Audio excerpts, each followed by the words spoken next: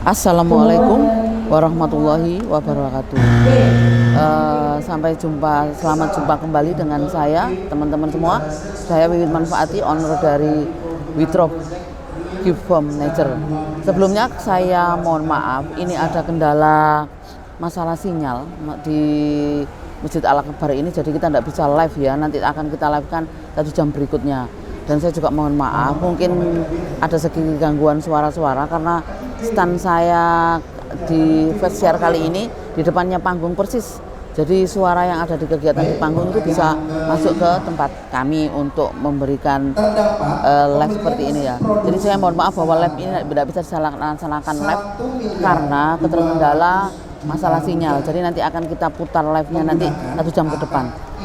Seperti yang saya janjikan kemarin, kita akan membahas masalah materi kenapa UKM susah untuk naik kelas. Seperti itu kan.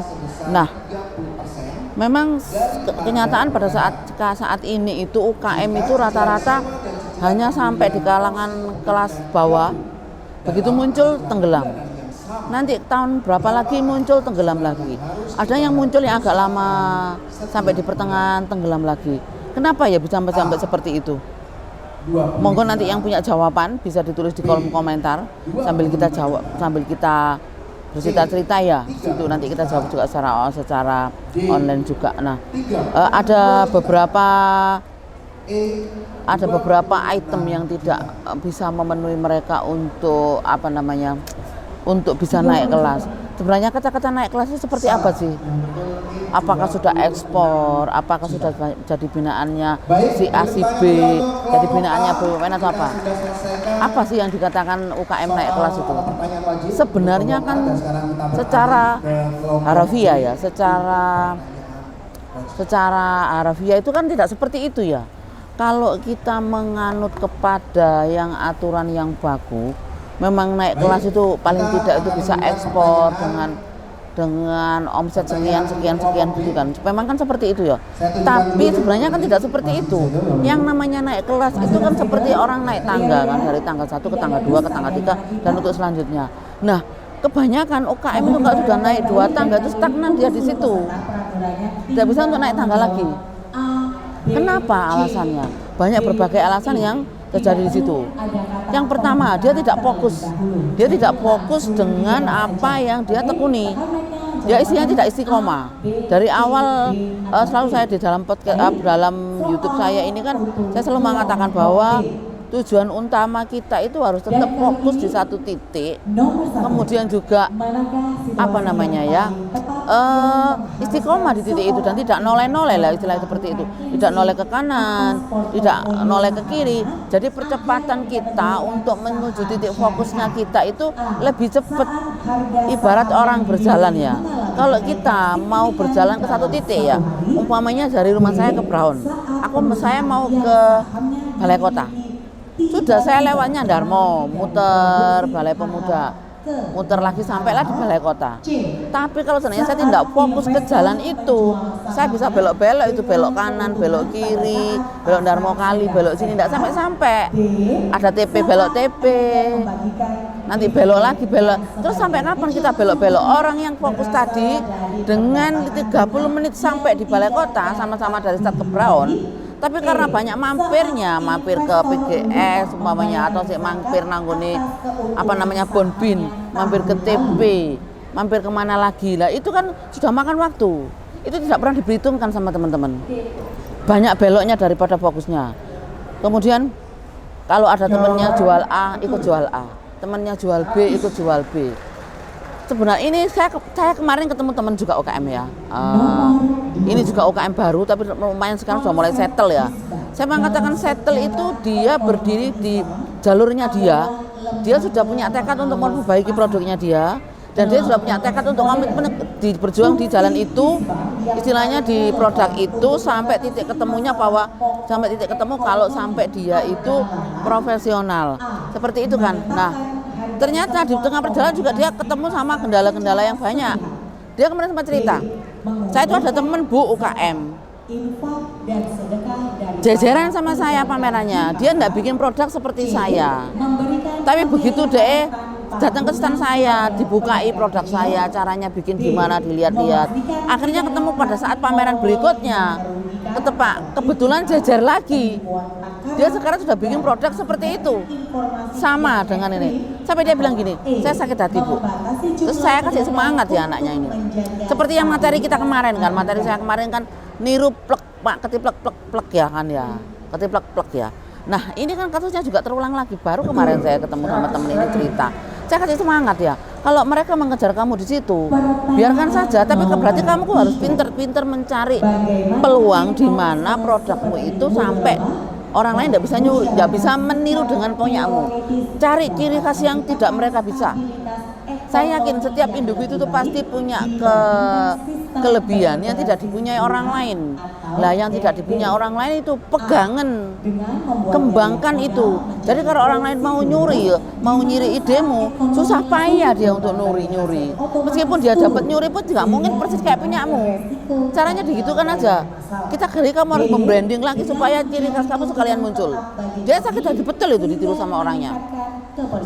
Sama orangnya dinyek-nyek produknya dia. Mari dinyek-nyek, malah berikutnya ditiru, kan lucu gitu loh ceritanya. Nah sama, biarkanlah mereka belok-belok, yang penting kamu tetap. Nanti kita buktikan ya, siapa yang sampai duluan di titik itu daripada orang yang niru kamu.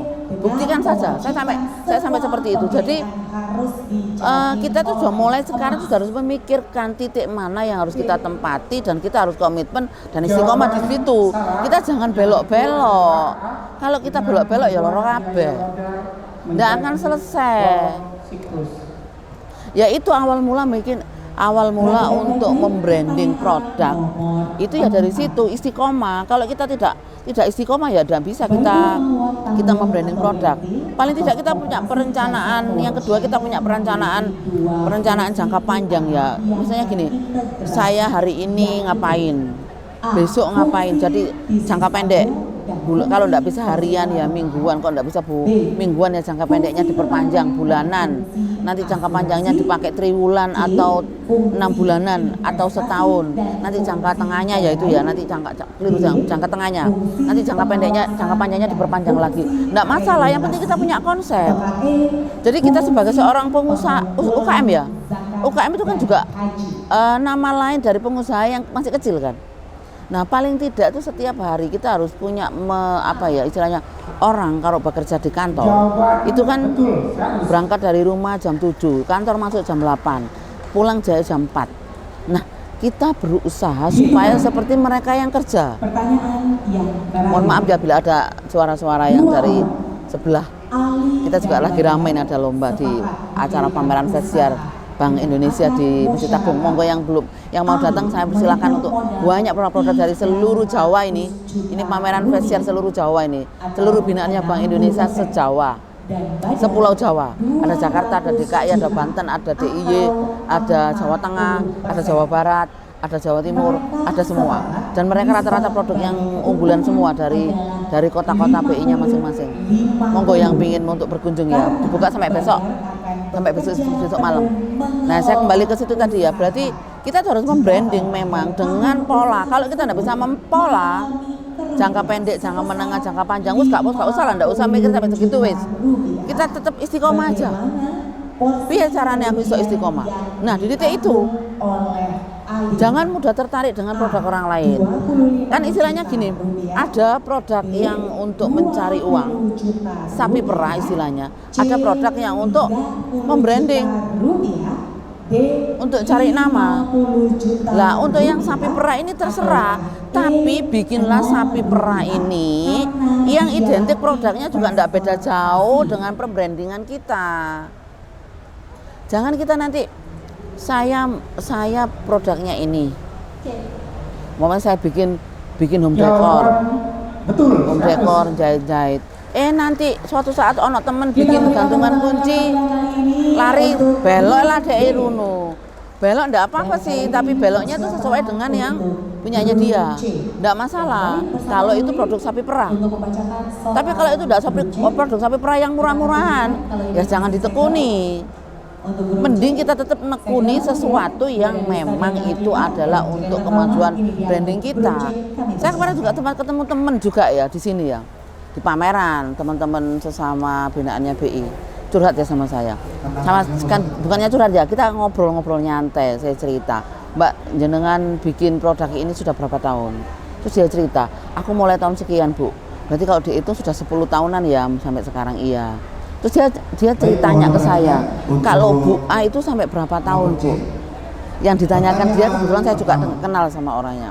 Saya bilang, orang ini setahu saya memulai usaha tahun 2010 deh.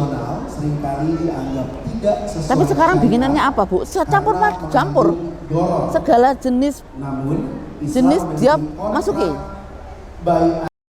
Ya benar Mama, saya dia bikin tas ya tetap tas, tapi tasnya tidak identik sekarang itu. Kalau dulu sudah punya identik deh. Sekarang semakin kesini dia sudah membias, saya bilang gitu. Membias maksudnya gimana Bu? Ya dia tidak ke komitmen dengan di awal tuh dia sudah pengen nge-brand dengan tas saya tuh seperti ini, dengan karakter ini. Ternyata sampai di perjalanannya waktu dia tidak tahan melihat indahnya rumput tetangga. Ada kan indahnya rumput tetangga. Jadi rumputnya itu hijau royo-royo, dek indah, melok lah dek ke situ. Terus yang identitasnya dia tetap dibawa, tapi sudah banyak yang ditinggalkan. Tetangga kanan, ibarat kita berjalan ya satu lorong. Di depan ono tetangga yang jualan ini, melok lah dek ngono, melaku lagi. Besoknya ono tetangga gawe rame, bikin lagi kayak itu. Besoknya lagi jalan lagi, ada tetangga lagi bikin gini, dia bikin lagi. Besoknya lagi gitu. Jadi sampai sekarang itu dia tak hitung sekitar 15 tahun. Dia punya usaha itu. Tapi dalam Islam tidak jelas. Prioritas kebutuhan yang dikenal dengan padahal teman-teman yang lain yang bukan seumur itu, masih seumur di bawah 10 tahun, dia sudah fokus, sudah kelihatan brandnya. Begitu bicara langsung ketemu, oh ini ya, brand ini ya, seperti itu. Lah ini belum. Ya karena kakek belok-belok. Kebijakan pajak dan subsidi. Dan dia tidak mikir bahwa dia belok itu membuang waktu dan membuang waktu, membuang uang juga. Itu apakah ya nggak rugi? Yang paling rugi itu membuang waktu. Orang teman-temannya seangkatan sama dia sudah disampai tangga ke-10, dia masih di tangga nomor 5 karena tidak sibuk di tempatnya. Sibuk tole-tole, nggak sibuk di tempatnya tadi berpijak, dia sibuk tole-tole. Kalau tadi saatnya dia sibuk berpijak di tempatnya sendiri, dia tuh begitu lihat ada ide punyanya orang ini, dia mestinya akan kembali ke tempatnya. Nek berarti nek weku iki nek umpamane bahan ini ya kayak yang umpamanya bahan goni ya.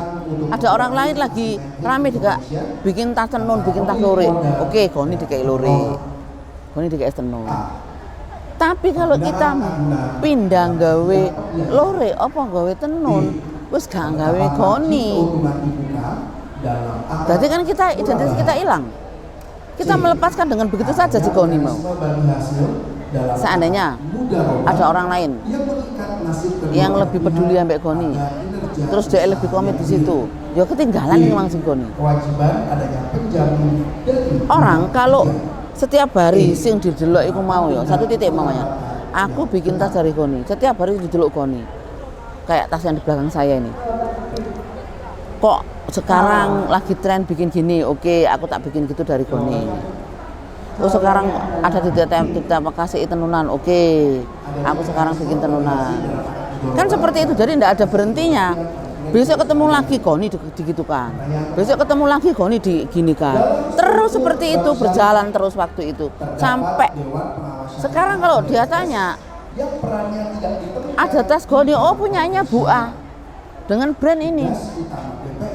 Ada lagi yang ini, brand ini apa ya? Oh ini brandnya tas goni punyanya Bu A. Kalau tidak kita memulai dari sekarang, kita tidak tekun di situ, hilang kita. Waktu ini akan hilang percuma. Eman kan? Kita membuang waktu itu membuang umur. Eman banget, sangat berharga waktu itu. Kemudian ada semuanya juga dipikir sendiri. Semuanya juga kita usaha itu kan nggak mungkin ya kita dipikir-pikir dewe, wis jadi dirjen, direktur ijen, motong kain ijen, nyeteliko ijen, jahit ijen, di direktur ijen, keuangan sendiri, packing sendiri, kirim sendiri, kan dirjen itu. Oke, kalau tenaga kasar itu kita sendiri, tapi untuk membangun brand kita nggak bisa sendiri. Minimal kita itu punya komunitas lah, atau seseorang yang kita bisa tempat untuk curhat. Itu wajib. Karena apa? Kita tuh nggak bisa menilai diri kita sendiri. Yang bisa menilai diri kita sendiri itu adalah orang lain yang melihat kita. Itu yang bisa menilai kita. Bukan kita menilai diri kita, dinilai dewi, itu nggak bisa. Tetap harus orang lain yang menilai kita. Nah, karena orang lain yang menilai kita, berarti kita butuh orang lain untuk istilahnya memandu kita menjalankan bisnis itu. Saya kan nggak punya dana lebih Bu untuk bayar orang. Orang seperti itu kan kayak konsultan bisnis Bu. Dana saya nggak ada untuk bikin bisnis yang pakai punya konsultan seperti itu. Tidak harus konsultan bisnis. Kita masuk di komunitas. Kita masuk di kelompok usaha. Saya yakin di kelompok usaha itu pasti juga punya sesuatu ya. Ada teman yang bisa dipakai untuk ajak ngobrol. Bisa jadi mungkin juga ada ketua di komunitas itu juga bisa diajak ngobrol, bisa diajak tanya-tanya. Sekarang itu banyak loh orang yang peduli dengan orang. Orang yang peduli dengan temennya, dengan karibnya. Itu banyak. Makanya saya akan bilang, teman baik itu mahal harganya. Tidak banyak ditemui dimanapun. Jadi kalau punya teman baik, dipelihara dengan baik. Jangan dihitung dengan uang. Ceritanya ya, dipelihara teman baik itu rezeki yang tidak ternilai. Teman baik itu jangan dibilang rezeki itu adalah uang yang kita dapat, omset yang kita dapat. Tidak, kita ketemu dengan orang baik yang peduli sama kita, itu rezeki. Dan kita bisa berhubungan baik, konstan baik sama orang itu juga rezeki. Dan ada orang yang peduli dengan kita, ngopeni kita, itu juga rezeki yang tidak ternilai. Uang dapat rezeki, kita belanjakan, habis. Sekarang itu uang seperti air mengalir, cepat sekali dia itu habis. Tapi kalau teman baik, suatu saat saya ketemu lagi, suatu saat saya ketemu lagi, suatu saat saya ketemu lagi. Jadi ceritanya tuh seperti itu. Nanti kita enggak ketemu lama ya, terus ketemu lagi. Kamu bisa seperti ini. Enggak nyangka-nyangka kan? Istilahnya kalau ada orang peduli ke kita, itu dimanfaatkan. Istilahnya dijaga hubungan itu, bukan memanfaatkan orang yang peduli, bukan loh ya. Tapi gini loh, orang yang peduli itu dia ngomong apa, itu berarti peduli kepada kita. Lah itu dimanfaatkan, dimanfaatkan untuk mengevaluasi kondisi kita. Benar enggak ya yang dikatakan si A tadi. Kita evaluasi ke diri kita. Kalau toh memang yang dikatakan itu benar, kita kembalikan ke diri kita ya. Kita kalau ketemu orangnya lagi, tanya lagi. Iya, yang kemarin sih mbak omong gini tuh bener ya. Berarti aku kudu ya apa? Lah orang seperti ini tuh sudah membuka peluang kepada kita semua, kepada kita bahwa orang ini peduli ke kita. Orang ini bisa diajak untuk paling enggak sebagai curhatan bisnis lah. Jadi konsultasi bisnis tidak harus dengan coach yang terkenal, tidak. Sampai setaraf apa sih? Kita kan masih UKM biasa, kan butuh juga seperti itu. Kalau kita mau cari coach yang bayar mahal ya nggak mungkin lah. Omset kita masih seberapa, terus kemudian kelasnya mereka juga kelas yang dibayar berapa, kan nggak mungkin kita juga menjangkau kelasnya mereka. Tapi paling tidak temen saling support itu juga perlu. Jadi semuanya jangan dipikir sendiri. Jadi kita jangan malu-malu ya. Kita kan biasanya malu sharing sama temen. Dikerjakan sendiri, malu bertanya karena nggak enak, sungkan. Lah itu penyakit. Malu, sungkan itu penyakit kalau bagi saya. Kalau sudah ada orang peduli, kenapa kita malu? Wong dia wis buka pintu. Istilahnya dia sudah buka pintu kan untuk kita sampai tanya-tanya, ya apa kabar. Nah itu kan kesempatan kita untuk masuk ke pintunya dia tanpa kita notok loh, dia sudah buka pintu tanya-tanya. Harus lolos proses screening. Itu salah satu kunci sukses juga. Jadi istilahnya apa ya? Tidak boleh bertentangan. Kita butuh orang sebagai evaluasi untuk usaha kita, mengarahkan usaha kita kemana. Kadang orang itu tidak sengaja ya dijak ngomong, terus ini aku punya masalah seperti ini, masalah ini. Saya tuh kemarin juga sempat dicurhati sama UKM juga ya, ditelepon saya itu pagi-pagi. Dia curhat ke saya saking sakit hatinya ya, dikhianati sama temennya, sama UKM, masalah bisnis. Nanti kita bahas di minggu depan. Bisnis sama UKM yang ilegal, yang tidak menggorok temannya itu seperti apa? Nanti ya minggu depan kita materi itu. Saya tertarik juga ingin bahas juga. Curhat panjang lebar kemarin teman saya itu. Kemarin pagi telepon saya. Curhat panjang lebar. Nah, istilahnya kan, jadi tidak jangan terlalu bangga dengan produkku wis api, brandku sudah banyak dikenal, terus kemudian konsumen juga loyal. Bukan itu jaminannya kita bisa membangun brand besar itu. Jadi produk bagus, konsumen loyal, terus kemudian itu tapi kenapa usaha masih stagnan? Tidak ada pertumbuhan yang signifikan. Akhirnya kan ownernya juga cepat lelah, capek. Aku brandku terkenal tapi barangku ya bagus, tapi aku stagnan. Akhirnya kita kan juga jenuh kan di situ. Itu suatu titik pemberitahuan. Itu titik pemberitahuan dari orang lain bahwa itu sudah tidak baik.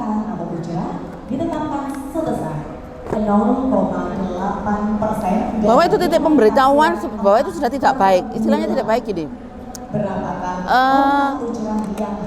Kalau kita sudah di titik jenuh, aku kenapa ya kok sudah jenuh ngopeni ini ya, padahal brand sudah bagus, terus kemudian barangku juga bagus, sudah dikenal orang, tapi kok aku masih di titik ini ya, akhirnya aku jenuh kan. Nah, menemui kejenuhan itu suatu pemberitahuan, sinyal bahwa kamu harus punya orang yang kamu ajak bicara. Cari orang itu, tidak urus kamu membayar. Bisa dari teman, dari yang lain, seperti itu. Jadi tidak ada alasan aku tidak punya dana Bu untuk mencari kucing bisnis saya. Tidak ada seperti itu. Semuanya itu bisa jalan dengan sendirinya, dengan teknik seperti tadi.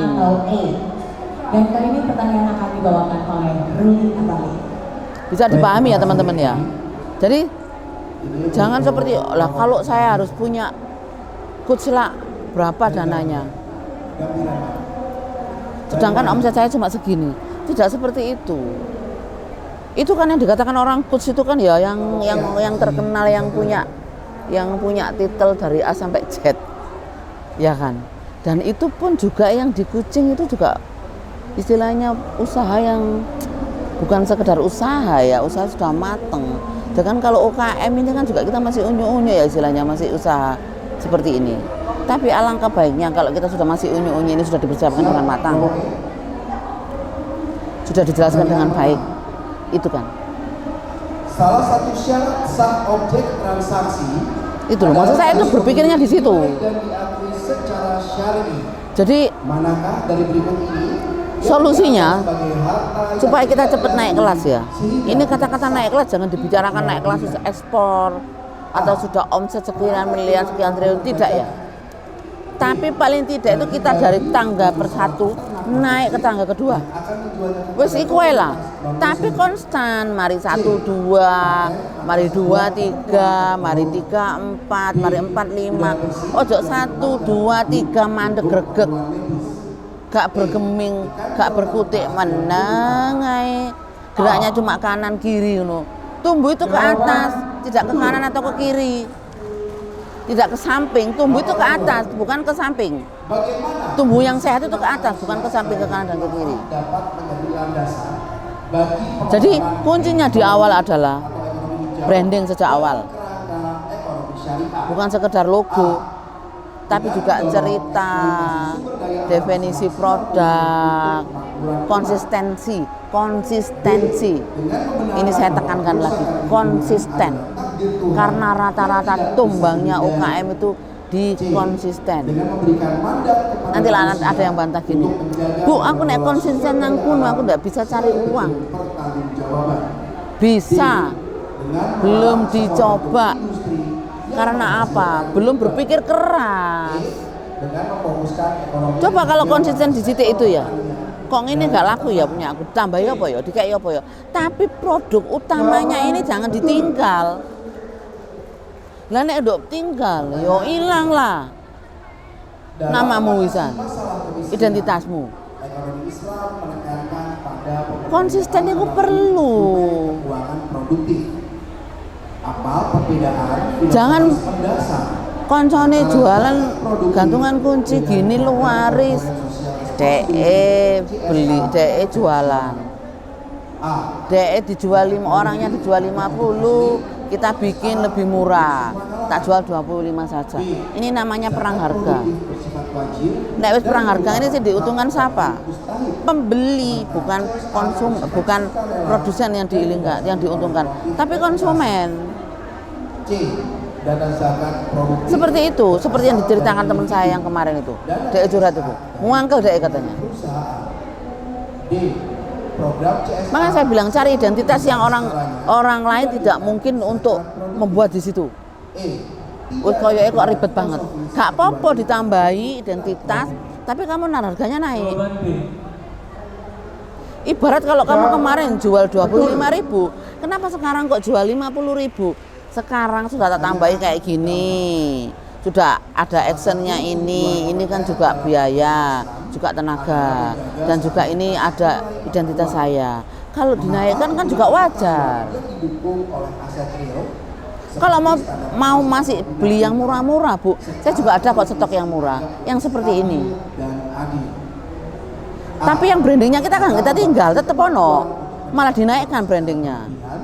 Sehingga mencegah inflasi buatan. B. Karena emas dan perak tidak Jadi akan pernah kita harus seperti itu. Jadi istilahnya ini, kita punya pola ya, punya roadmap pola ya.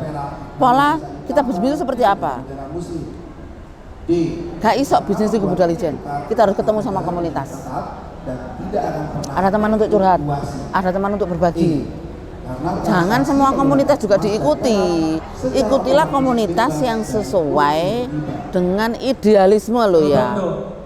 Saya bilang, bukan komunitas yang sesuai dengan karena membatasi kemampuan apa nek ngaran tren. mencetak uang secara budaya. pertanyaan Ada kan? Cari komunitas sesuai dengan tren sekarang.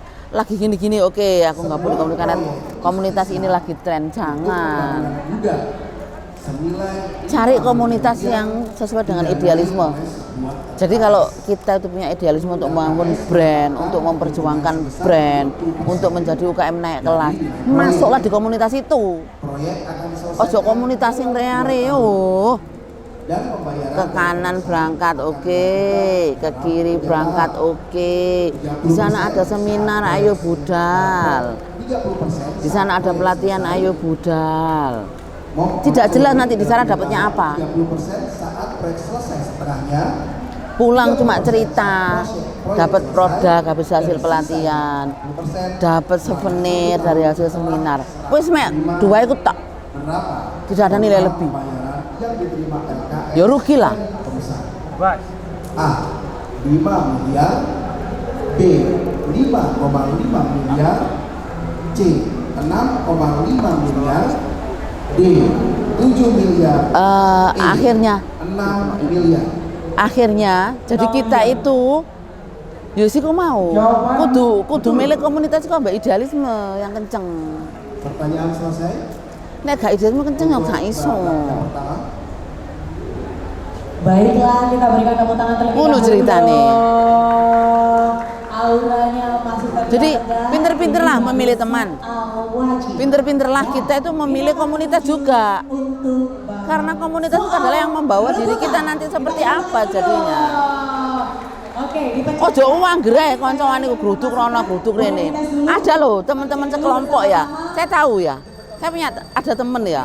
Saya itu setiap kali ada acara seminar, ada acara pelatihan, saya ketemu orang ini pas semua di acara. Padahal aku ketemunya itu acaranya BUMN, Hitungan mundur. acaranya Bank Mandiri, saya di situ itu.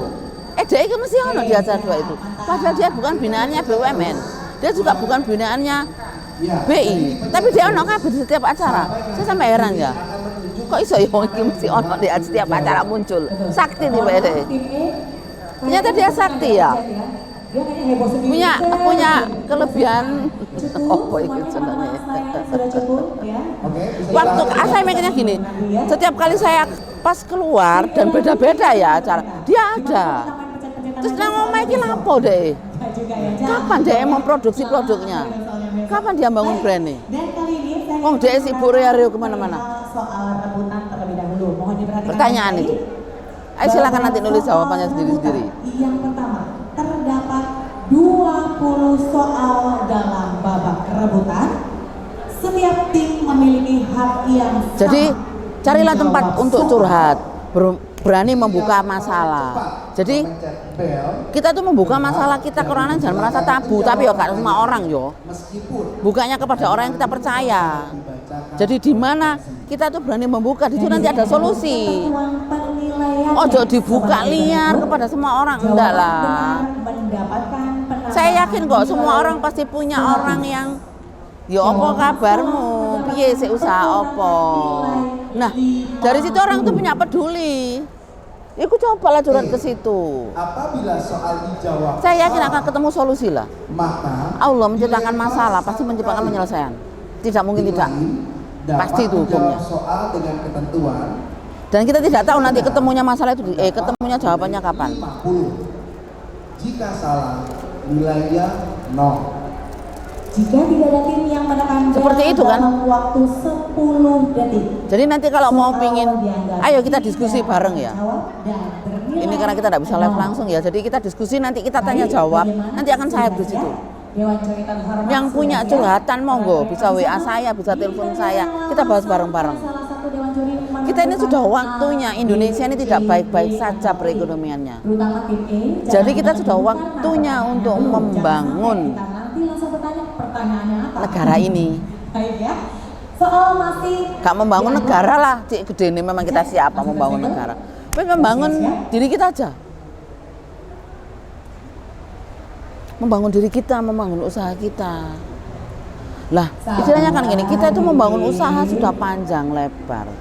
Tujuannya kan kita sukses. Baik, tenang. untuk soal rebutan Bisa dilimpahkan ke anak cucu kita. soal rebutan Lah kalau tujuannya kita membuat jadi UKM, bikin usahanya untuk cari uang. apa fitur utama Ya lapo soro-soro. yang membedakan hotel dalam ekosistem pariwisata ramah muslim Ngapain dari susah-susah? hotel konvensional? A. Menyediakan Nyantai ae service dodolan layanan payu, dodolan apa meneh payu, kulaan apa meneh payu. Sudah seperti pedagang aja. Gak usah bangun brand-brandan kayak apa. sajadah dan Al-Quran. Kalau memang tujuannya itu. Jadi nanti kalau kita sudah punya tenaga untuk jualan, ya wes gak duit-duit. Sederhana banget kan. Nah tapi kalau kita bukan itu tujuannya, usaha sampai naik kelas, kan lumayan. Baik. Banyak loh keuntungan kalau brand kita sudah jalan. Pencet bel dulu ya. Pencet bel dulu. Bukan kita nanti yang cari naungan, istilahnya jadi cari binaan ya. Mereka yang cari kita nanti kalau brand kita sudah terkenal dan kita amanah. Soal nomor 2. Coba pikirkan lagi ya. Sibuk belok-belok ambek konsisten di satu tempat. Merupakan contoh dari praktik Pikirkan itu. ketidakjelasan yang dapat membatalkan sebuah transaksi jual. Kita renungkan ya, nanti kita bahas di tanya jawab. Saya persilakan. Nanti minggu depan kita bikin materi yang lebih enak lagi. Mohon maaf sekali lagi suasananya campur sama suara yang dari luar. Juga saya tidak bisa live karena ada kendala masalah internet, jaringan yang kurang bagus jadi tidak bisa. Saya akhiri, bila ada kekurangan dari saya, ada kilap saya tidak bermaksud untuk menyinggung siapapun. Yang saya ceritakan adalah realita yang ada, curhatan dari teman-teman semua. Saya mohon maaf bila ada yang kurang berkenan atau merasa tersinggung. Saya akhiri. Bina Shiratal Mustaqim. Wassalamualaikum warahmatullahi wabarakatuh. Sampai jumpa. Semangat untuk naik kelas. Pendapatan dan